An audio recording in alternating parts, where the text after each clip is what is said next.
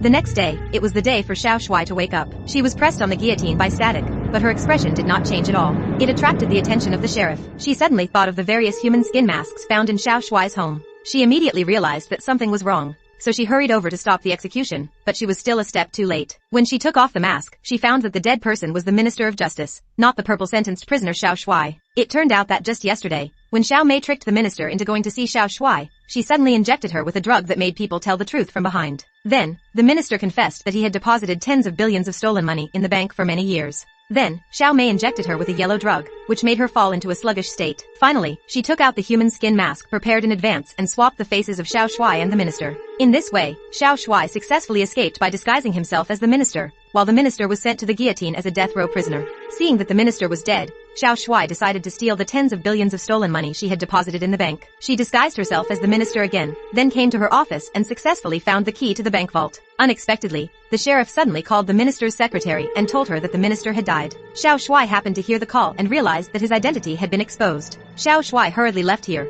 but unexpectedly ran into the police who came to arrest him. Fortunately, she turned her head in time and was not discovered. Afterwards, with Xiao Mei's help, Xiao Shuai successfully escaped, but now she had been exposed and could no longer go to the bank to withdraw the money as a minister, so she could only throw away the key and prepare to take another approach. She asked Xiao Mei to pretend to be a customer and then deposit a precious portrait in the bank's safe. Her real purpose was to find out the structure of the safe from the bank manager so as to better carry out the next plan. It turned out that the safe adopted a 3-layer structure design, with steel plates installed at the front and back ends, and an alarm net made of iron wire in the middle. Once someone touched it, it would immediately sound an alarm. However, what the manager did not expect was that the box where Xiao Mei stored it was not actually filled with a portrait, but a laser cutting machine that could shoot through steel plates. As the machine ran, 2 dazzling lasers began to cut the steel plates continuously.